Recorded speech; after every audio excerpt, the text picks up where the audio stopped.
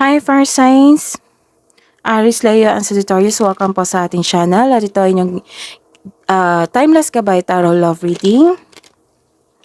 Please be reminded that this is general reading po, so maaari kayong makarelate o hindi. Just take what resonates.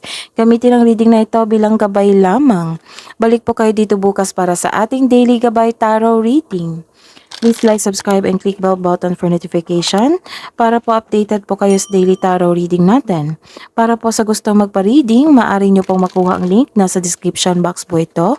Message nyo lang po ako sa messenger. Maraming salamat po. Spirits guys, ano po ang mensahe nyo po para sa mga single na Aries, Leo, and Sagittarius?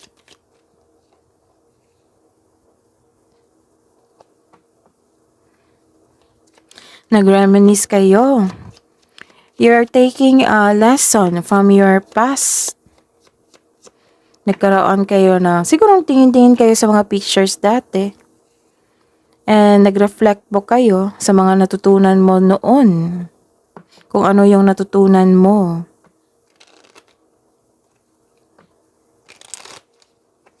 This is good. This is a maturity step. And sa mga may relasyon po, maaring yung karelasyon nyo is Gemini, Libra, and Aquarius. Sa buhay mag-asawa, karelasyon, sa mga couple natin, you're healing. Nagkaroon kayo ng healing process ngayon. Some of you, kakapasok lang ng isang new cycle sa inyong buhay. Focus talaga kayo sa inyong relasyon. Nagkaroon din ng self-worth dito. Healing. So, that is the clarification na nagkaroon ng healing dito. Wino-work out nyo yung relasyon nyo. Clarification po, Spirits Guide, para po kay Aries, Leo, and Sagittarius. Mensahe nyo po. Para po sa camera and mirror nila. Sa mga single. Clarification po of this card.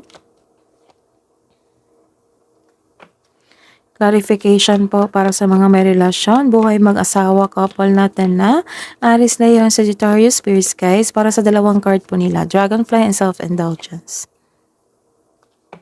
Clarification po of this card.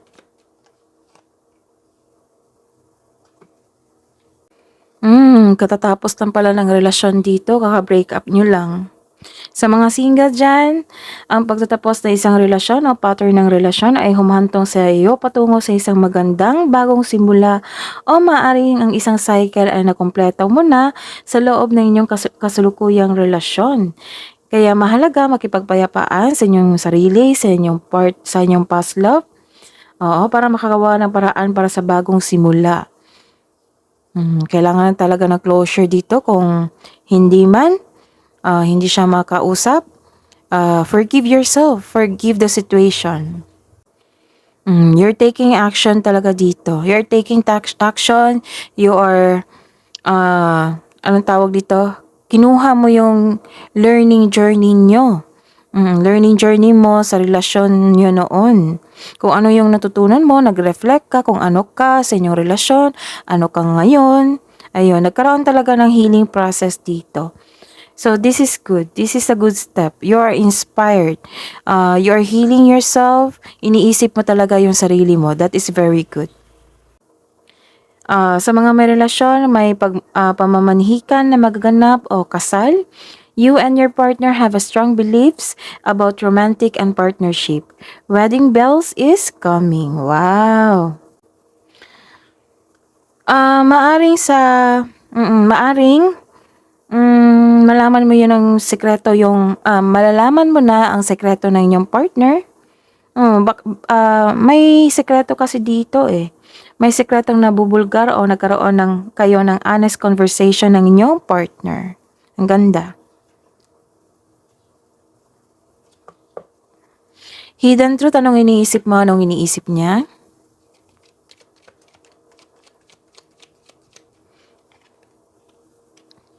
We both know I am not one for you.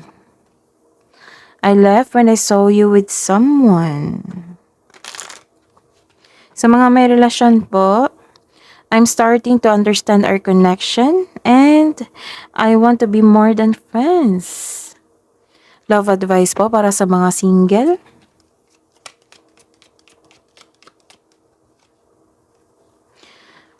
So, connect to your intuition, create a sacred space, and your reality is a reflection of your inner world. Love advice po para sa mga mag-asawa, couple, sa mga may relasyon dyan, na Aries, Leo, and Sagittarius. Oops. Suki-suki talaga to. Kahit nagkaroon ng shuffle, nakailang shuffle na eh. Telepathic. Close soul connections are harmoniously synchronized, creating moments of telepathy and synchronicity. A divine soul counterpart relationship is blessed with amazing moment of synchronicity. Love advice po para sa mga single.